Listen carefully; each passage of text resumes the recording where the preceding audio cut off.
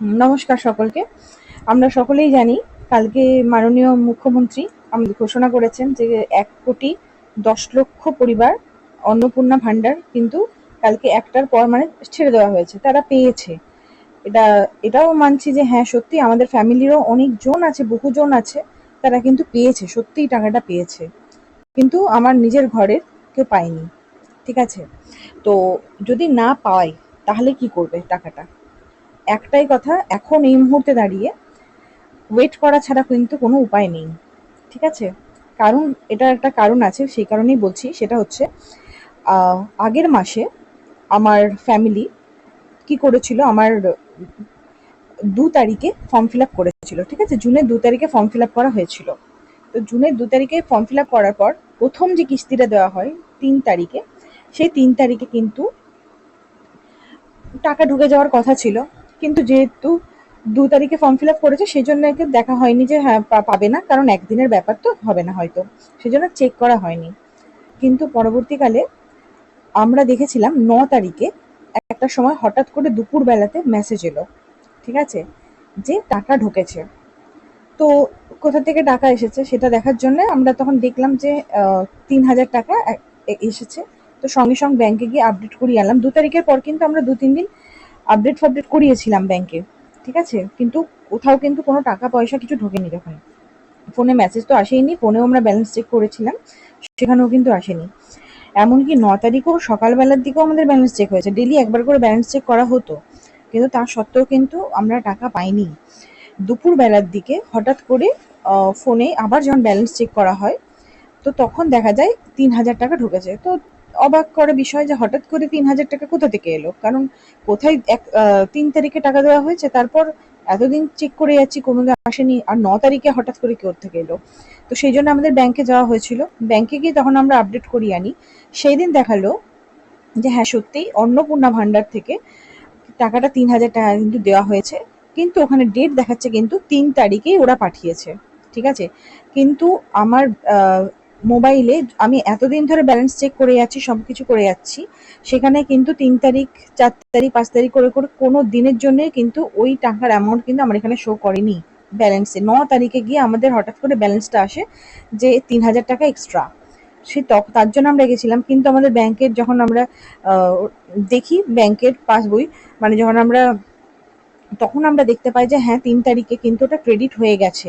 তার মানে এটাও হতে পারে যে ব্যাংক অনুযায়ী হয়তো ওরা হয়তো ওখান থেকে হয়তো টাকা পাঠিয়ে দিচ্ছে, আমার ব্যাংক থেকে হয়তো আসতে দেরি করছে, বা এরকম কিছু একটা তো মাঝখানে একটা কিছু হয়েছে প্রবলেম, যার জন্য সেই তারিখে আমরা টাকা পাচ্ছি না। তো সেই কারণেই বলবো এইখানেও হয়তো এই বাড়িটা হয়তো সেম কেস হতে পারে, মেবি, জানি না।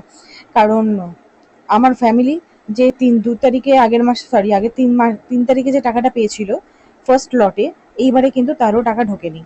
ঠিক আছে, সেই জন্য ওয়েট করতে হচ্ছে, কারণ আগের মাসেও যেহেতু ৩ তারিখের টাকাটা আমরা ৯ তারিখে পেয়েছিলাম, তো ৬ দিনের একটা গ্যাপ যেহেতু ছিল, তো দেখা যাক এইবারেও ৬ দিনের, ৬ দিন ৭ দিন তো ওয়েট করতে হবে, কারণ আগের বারেও আমাদের সেম কেস হয়েছে ঘরে। ঠিক আছে, আর আমাদের PNB bank, Punjab national bank, ঠিক আছে, অন্যান্য ব্যাংকের কথা আমি বলতে পারবো না, পাঞ্জাব ন্যাশনাল ব্যাংকে কিন্তু আমাদের এই কেসটা ঘটেছে। তো ১ নাম্বার হচ্ছে ওয়েট করতে হবে, কিচ্ছু করার নেই এই ওয়েট ছাড়া। ঠিক আছে, এবার নেক্সট, যদি হয়তো দেখা গেল যে তা সত্ত্বেও এলো না, তখন কি করতে হবে? ব্যাংকের যে অ্যাকাউন্টটি আছে সেটা আদৌ অ্যাক্টিভ আছে কিনা কারোর। ঠিক আছে, অনেকেই থাকে যারা হয়তো ব্যাংকে অত লিঙ্ক থাকে না, তার জন্য কিন্তু ব্যাংকের অ্যাকাউন্ট কিন্তু অনেক সময় অ্যাক্টিভ থাকে না। ঠিক আছে, তো সেটা একবার চেক করে নিতে হবে ফার্স্টেই। আর নেক্সট হচ্ছে কি, আধার নম্বরের সঙ্গে ব্যাংক অ্যাকাউন্টের সঠিকভাবে লিঙ্ক করা আছে কিনা সেটা একবার যাচাই করে নিতে হবে, কারণ সব তো ডিবিটির মাধ্যমে হচ্ছে। এটা যদি ঠিকঠাক আধার সিডিং না থেকে থাকে তাহলে কিন্তু টাকা আসবে না।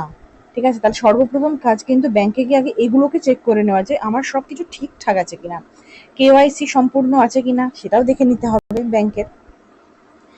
এই যে ডিবিটির টাকা সবার অ্যাকাউন্টে একই সময় পৌঁছায় না, এটা একটা কথা। যেহেতু ১,১০,০০,০০০ মানুষের কাছে টাকা পৌঁছাচ্ছে ডিবিটির মাধ্যমে, সবার কাছে কিন্তু একই সময়ে কিন্তু টাকা আসে না, একটু লেট হয়।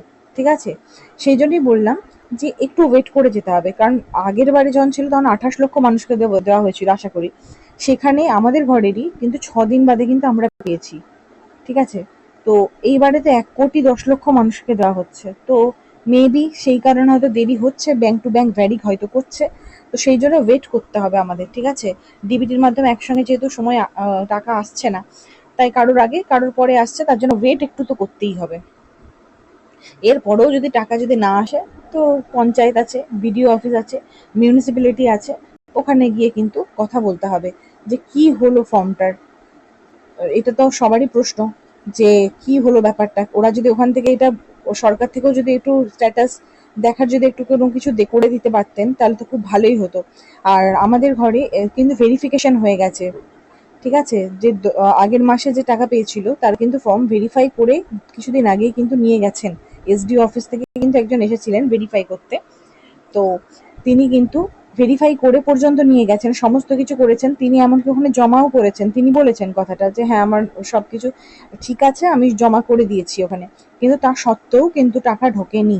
এবার এটা বোঝা যাচ্ছে না যে টাকাটা কি ওরা ওখান থেকে ক্রেডিট করে দিয়েছে, আমার ব্যাংকের ঢুকলো না, নাকি ওই কেস হয়েছে যেটা আগের মাসে হয়েছিল, সেটা সেটা এখন বোঝা যাচ্ছে না, ঠিক আছে।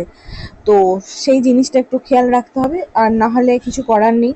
আর অফলাইনে ফর্ম ফিল আপ করা হয়েছিল, ঠিক আছে। এবার এখন যা পরিস্থিতি, সেখানে যেহেতু ভেরিফাই হয়ে গেছে, এখন অনলাইনে এখন করতে চাইছি না, এখন 1 সপ্তাহ অন্তত ওয়েট করে দেখাটাই আমার মতে বলে কিন্তু ঠিক, ঠিক আছে।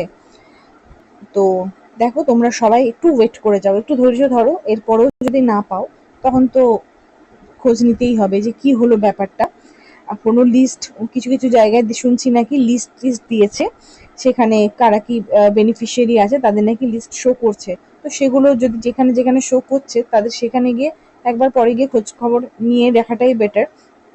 আর যদি কোনো ভুল হয়েছে ফর্মে বা কিছু হয়েছে, সেগুলো ওখান থেকে জানতে হবে, কিছু তো করার নেই তাছাড়া।